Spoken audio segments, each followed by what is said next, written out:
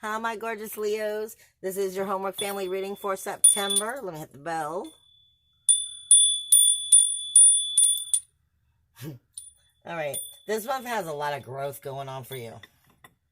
Because I wasn't acknowledging that till right when I started the video and the way that something came through. So there's definitely growth going on, and there's definitely some stepping out of the comfort zone in that growth arena. And I really feel like I'm supposed to be saying growth arena here. Some of it is coming into your core energies. You're illuminating your shine. That first house energies that are, I think that has to do with, how things are moving in that Virgo energy and helping that illumination of your universal first house where the sun is ruled by Leo, that core energy to come through. And I feel like I'm being taken by a lion. I feel like I'm being taken by a lion into an arena, so to speak. And the lion's ready to go, oh no, I got this. Let me just show you all about how I got this, is really how I feel like the lion is coming through in this energy. So it's stepping out of your comfort zone in a little bit of rebellious ways, I think.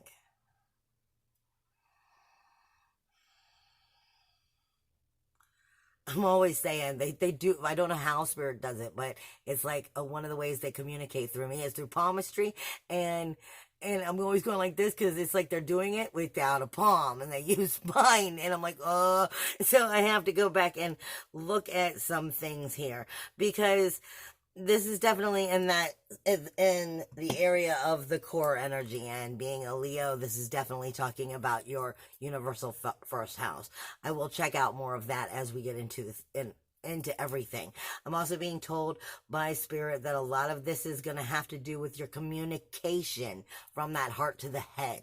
Where the head tries to tell you one thing, but the heart wants to say something else, and it gets confused in the middle. This is going to have to do with clearing up that communication and listening to your true reason versus intuition, and kind of knowing where that lands.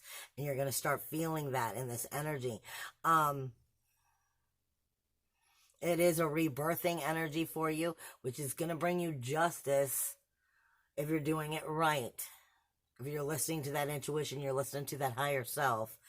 And brings a brand new a brand new material beginning, like physical world, tangible change is what I'm being given, but it does have to do with your harmony and balance, and are you truly having balance there in order to create the justice?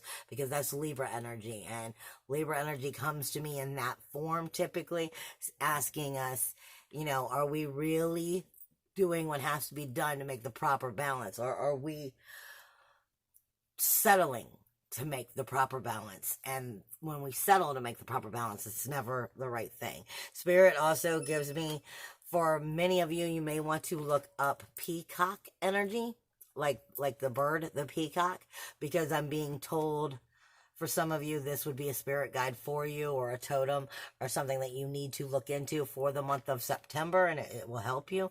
I definitely feel spirit directly, you got to get off of mommy's notes. Mommy kind of needs them.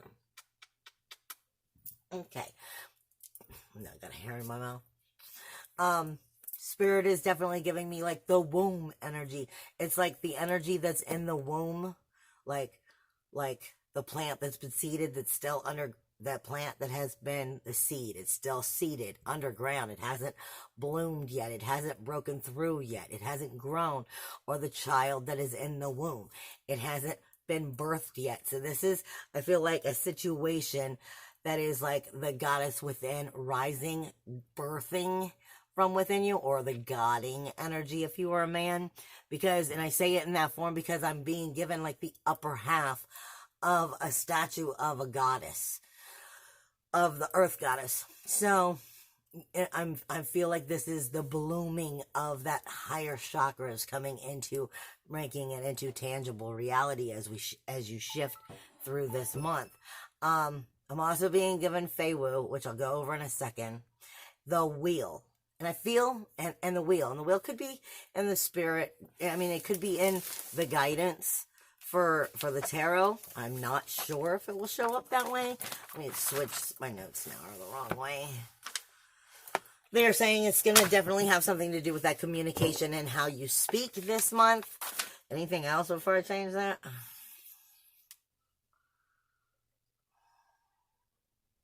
No. See, they tend to speak through my notes through me, and I know. For some people, I'm supposed to say there's something going on with your red blood cell count. I don't know why. I just know what I'm being given. Some people I'm being told it has to do with the blood flow and even digestion. That's also your moon and your Mars energy directly, is what Spirit is giving me. Some are saying that you need to, Spirit is also saying for some of you, you need to actually respond to it. Some of it is stomach digestion as well. And it could be messing with heart function. So if you're feeling that you should visit a doctor, do so. As Spirit is giving it to me, like I said, I just give you what I'm being given. Fei Wu is the other thing that I am being given. And Fei Wu kind of looks like an F. Like that. Fei Wu speaks to us of possessions, cattle, wealth. It is the gift that must be worked for, but received with thanks and humility. It's something that must be looked after with respect, but not guarded or hoarded. Especially not hoarded. It is especially not for profit. It does bring abundance. The sign is also of hope and of plenty. It is pointing to the relationships of the cattle in the food chain. I'm going to explain that in just 1 second because they're pulling me to that. It is all about circulation, Fei Wu is. Let me just double check right here. It's clearly defining what it is that you desire and understanding that. It is speaking to you of karma, fulfillment, ambitions, rewards received for what you have put out, and not because you're being greedy and or going after what you believe you should have gained. It's for the true karmic cycle coming in. That also would explain the wheel. It also speaks to us, because I also know I have runes back here in the back. Fei Wu can speak to you of being shown an important opportunity to connect with the limitless abundance of wealth and prosperity, the flow of life, but share those resources, because it has to do with circulation. Again, that wheel.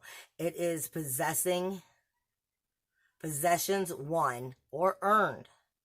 The sign of hope, success, energy, foresight, fertility, creation, and destruction. Now, let me explain something. Fei Wu speaks to us a lot of times of prosperity and of money. And a lot of people hear Fei Wu and they think money, abundance, money. But it's more of the circulation than the money. Understand, knowledge is power. Once you've received proper knowledge, you become more powerful. With that proper power, because of that knowledge, you are capable of doing new things, capable of making different situations happen, which can lead you to money and lead you to more power. Circulation. Always give back for what you receive and make sure the circle, the wheel is spinning, is what they are saying.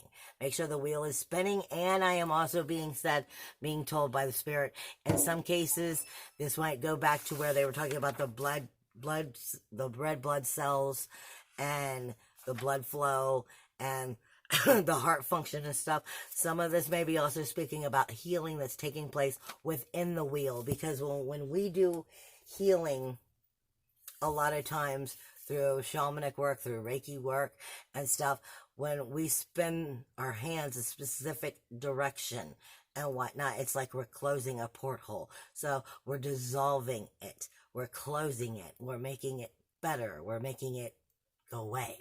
So in one form, this is helping heal the situation. However, they do warn you that within whatever's going on for some of you, you may need to see a doctor. I knew I put that away too early. As I look up my page here so that I can make sure what I'm giving you the astrology, I have it more. I like to have all my stuff in front of me so I'm not missing stuff as much, especially if Spirit points it out to me. But before I get into the month itself for September and the astrology, I'm going to try to speed this up because I don't have a whole lot of time. I've just got a new phone and I'm trying to learn the shutoff point. So I'm going to try to get it all into one video so it's not two. Starting next month, I'm going to start making 2 videos. In October, one's going to be tarot, one's going to be astrology. Trying to make them both shorter so I can get in and out of your life and make it easy and less painless for you. And make it so it's just altogether easier. But I'm behind because my mother was in the hospital. She is doing better.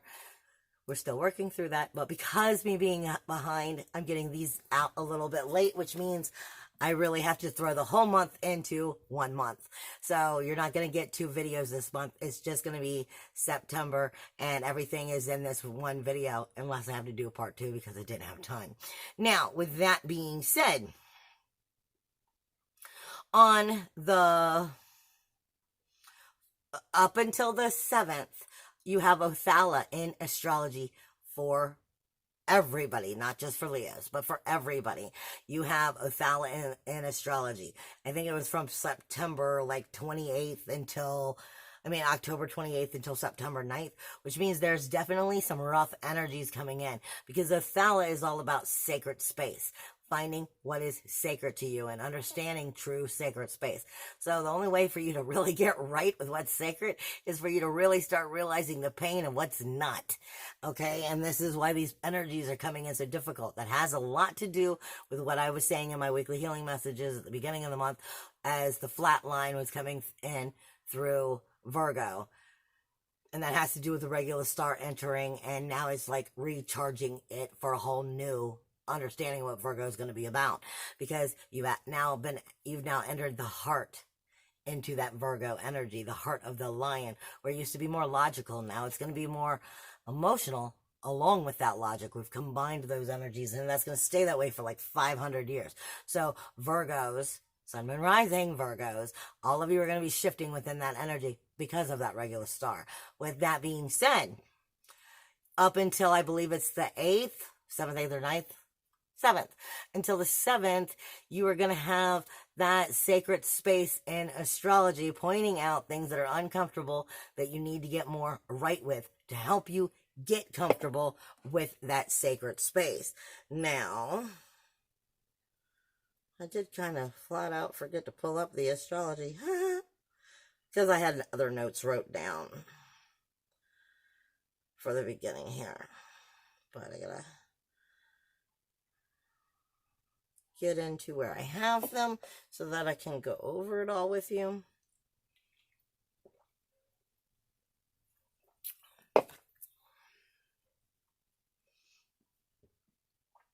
All month, you have a T-square.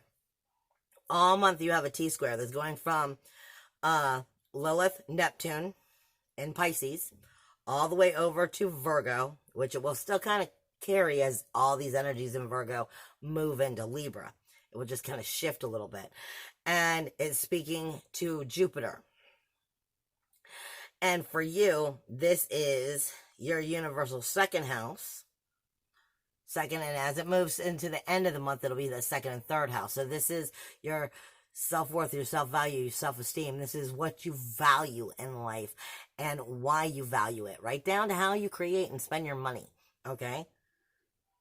Self-worth, self-value, self-esteem, and how you create and spend your money. So everything that has to do with value, okay? Then it's going to be speaking into community. It's going to be speaking of communication itself within that community and to yourself. Intellect, details, trivia, all of that information.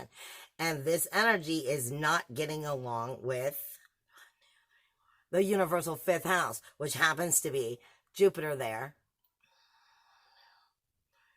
Jupiter is there with Ceres. Ceres is karma. Ceres is asking you to put out what you wish to get back. And she's asking you, have you been nurturing that fifth house? Have you been nurturing your pursuit of pleasure? What brings you happiness? What brings you joy? Are you paying attention to it, or are you neglecting it? It speaks to you of your children, your creativity, your inner child. It speaks to you of listening to that inner child, your lovers, your sports, your hobbies, dating, sex, romance, things that you enjoy in life. Are you taking time to nurture the things that you enjoy? Then, like I said, are those things that you enjoy actually supporting what you value? Are they getting along, or are they not? And if they're not, there's a reason why. Because this conversation is talking to you about nurturing the right things so that you have the proper values. But it's also speaking directly to the universal eighth house, which is the relationships that you have, the rules within them. So the rules within these relationships that we have with other people, places, and things, jobs, memberships, friends, spouses, parents, anything you care about, you have a relationship with. But what is the responsibilities within these relationships? Are the responsibilities in these relationships being met jointly? Are they fair? Are they in balance? Is there justice within these relationships? Because it's asking you, are you getting to nurture your self-worth, your self-value, your self-esteem? Are you finding value in yourself and your desires of what you want that will help you enjoy life? Or are these relationships and the responsibilities within them actually taking from what you want? Because this is what you need to start acknowledging. There's a T-square there all month stating that for you to acknowledge which ones are not working for you, and that either they need to be shifted and changed, rules, laws, and boundaries, or they need to be done, dissolved. It's really that simple. This is the whole month long. Now,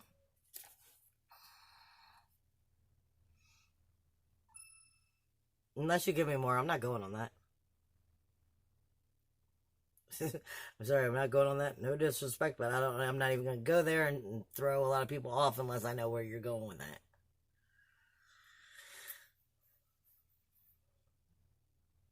Okay, you have the full moon. Sorry, conversation spirit. We have the full moon taking place on the 14th. The 14th is going to be in Pisces and moving into Aries.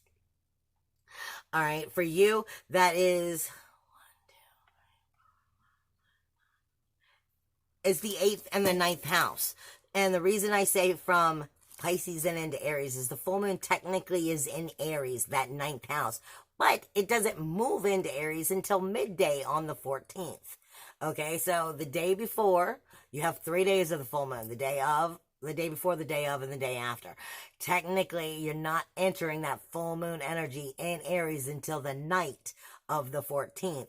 The day before and the early part of the 14th, it is still in Pisces energy, which is a universal 12th house, entering into a universal first house. But for you, that's also your 8th house entering into your 9th house. Okay? This is going to be speaking to you about those relationships again and the responsibilities within the relationships. Are they fair? Are they balanced? Are there joint resources? Are there joint resources, joint efforts, joint situations? Some of you, they're saying, okay, some of them, they are saying this has to do with bankruptcy. So it has to do with other things. You got to understand responsibilities that come in some of these relationships, legal matters, money, spouse situations, wills, taxes. Some of these are things that are all going to be touching base. But then it's going into that universal 9th house of asking you, what are your ethics, your morals, your spiritual urges? Are you listening to your higher self and the higher education that's coming from that higher self, as well as philosophy, law, religion, higher learning, psychic energy? All of this is what's coming through on that full moon on the 14th. On the 14th, you also have Venus and Mercury moving into Libra. Same day as the full moon. I'm going to learn to talk one day. For you, that is the universal 3rd house coming into that communication. I said Spirit was saying something about communication right off the bat. Yeah, they're pointing out this is definitely definitely can be a positive rebirthing, like a reincarnation within the relationship and the rules of these relationships. But it has to do with if you handle your Libra energy properly. That has to that's going to be speaking of Mars and Venus being in Libra, which happens to be, again, your house of communication. But Libra, I can't say enough times, Libra energy is we want to create peace and harmony, but are we creating it where it doesn't belong? This is what I'm trying to get through. Are you creating peace and harmony because you don't want to have the fight, because you don't want things to blow up, because you want it to be easy and simple and okay, we'll make it do. If those are the answers that you're going with in these relationships, then it's gonna blow up. I'm telling you now. That's why they're giving me it this way. I know I'm talking, like I said, they do palmistry on me. I can't explain it, but this is supposed to be, a death, a birth, a birth, a death, a rebirth. It's Scorpio energy entering Libra with the communication is what they are explaining me. It's not in your astrology. It's what they are telling me. And this has to do with these relationships and how you properly put the rules in these relationships so that it is working for your value, your self-worth, your self-value, your self-esteem, and that you can find true happiness and be able to enjoy pleasure creativity, what you enjoy in life, and still have time to enjoy these things. So you can tell Spirit's talking because I'm getting really busy. And even in business, they're saying this has to do with being courageous enough to actually do what must be done to create proper harmony and balance. Something's out of balance, and it's time for you to set the shit right, is basically what they're saying. And not just, okay. Because Leos, we're compassionate, and from time to time, we will stand back and we'll just, all right, because we don't want to have the fight from time to time, but we're also the Leo, we'll bite your face right off. So my point is, we're very abrupt, and it's time to take that true Leo energy and communicate what has to be communicated is what I'm being given. Stick with those ethics and morals, and don't back down is what I'm being given. Now, you also have the 18th. Saturn goes direct. Saturn goes direct on the 18th in Capricorn. Let me help you remember. Pluto is right beside it, and they're on top of the South Node, the South Node. So this is automatically saying something about your rules, walls, and boundaries need to shift because you've gotten incredibly good at it, but it don't serve you anymore. This is the 6th house. There's something about these daily routines that must change. What do you consume in your daily routine? And I mean people, places, things. You consume people, places, things, their energy just as much as you consume your food, your diet, your intake. What is the intake in these routines? Are they serving you or not? If they're not, there's something that needs to be tweaked because something is out of place. And Saturn, as it goes direct, has been going in retrograde, and it's been because it's coming out of that time of retrograde of only talking to you about the rules, walls, and boundaries that have been bugging you. But it's time to make that become, let me put my foot down. This energy is about to spin outward, and I'm about to lay this shit down, is basically what I am getting. This has to do with growth, people. Yeah, there's growth, and it's going to take place with you starting with yourself so that you can put your foot down, change those routines, change these situations, make sure that the value is coming in for your self-worth, your self-value, your self-esteem, your ethics, your morals. Are the relationships right? Are they serving you right? Are they fair? Are they justice? And are you having the proper communication? Yeah, because this is definitely Mars energy that's coming in. And again, that has to do with your blood cells and stuff, because it has to do with the blood count and whatnot as well. Mars energy does. It's fire, it's blood. It's in the blood. So this is what they're saying. Now you also have Pluto will be going direct in Pluto won't go direct until the 3rd. So this energy may take a little bit of time. The 3rd of October, not September. Energy may take a little bit of time of, let me properly adjust and set the foundation. Okay? Because when Pluto goes direct, he's not going to be in overdrive anymore. He'll be ready to relax a little bit, but that's how it'll actually really start moving forward. So you will start moving forward, but you may not feel it quite like that fast. Mars isn't going to move into Libra either until next month. So you're a little bit safe on that at the moment, because by that time the energies are starting to move out of Libra. It's not in overdrive. You'll have the new moon that takes place in Libra on the 28th.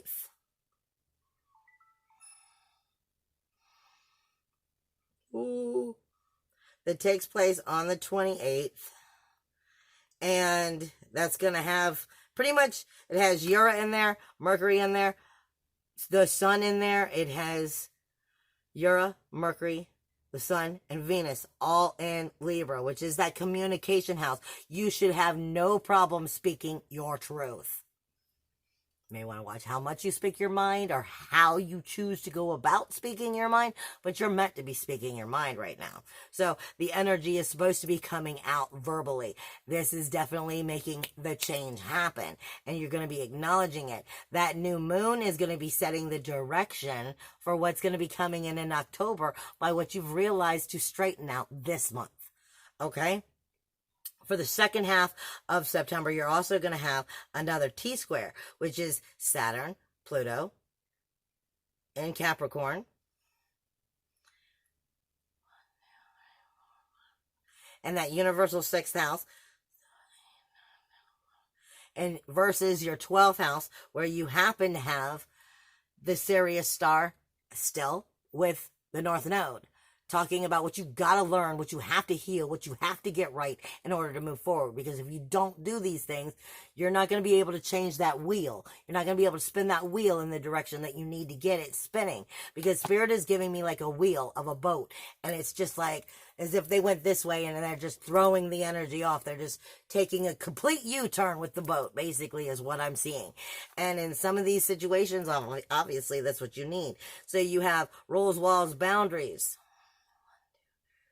And the routines, fighting the universal 12th house, understanding what has to shift and change so that you can move forward, and bringing it back up to that communication.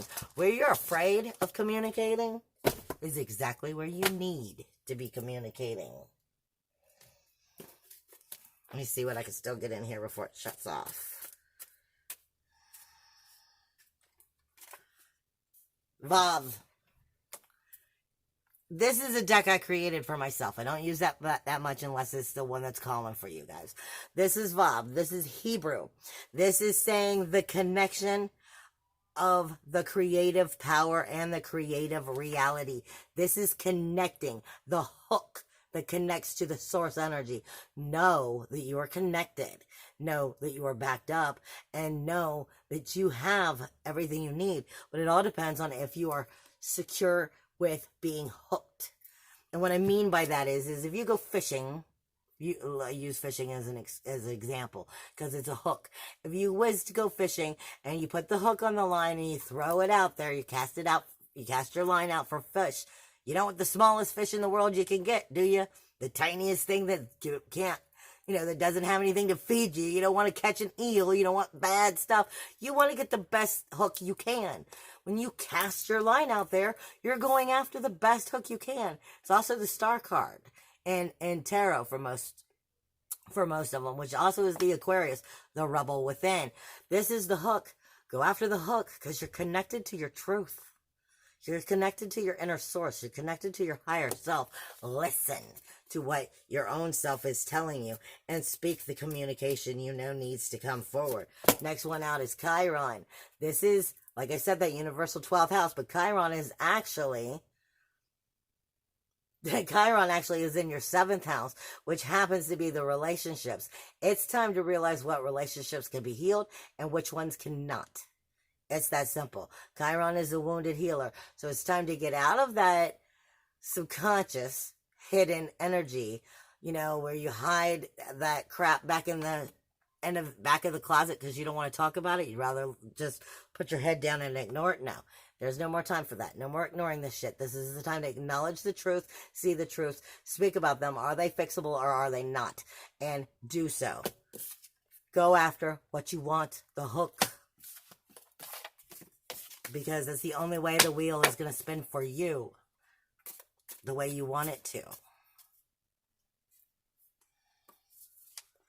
Ceres, nurture what you want. Nurture what you want, because Ceres is the threefold theory. She's parenting, she's nurturing, and like I said, she's the threefold theory. She is the flow of energy. But when she's not healthy, she's all about neglect. So this is either you're nurturing what you need, or you're neglecting it, and you'll stay where you've been. I'm not even going to go any further. Because they said the same thing, more or less 3 times in a way. 3 times in a row. And if I'm saying away, something needs to go away. Love you guys. It's time to make the shifts. You have the power, but only you can go and get what you want. See you next month. More power to you guys.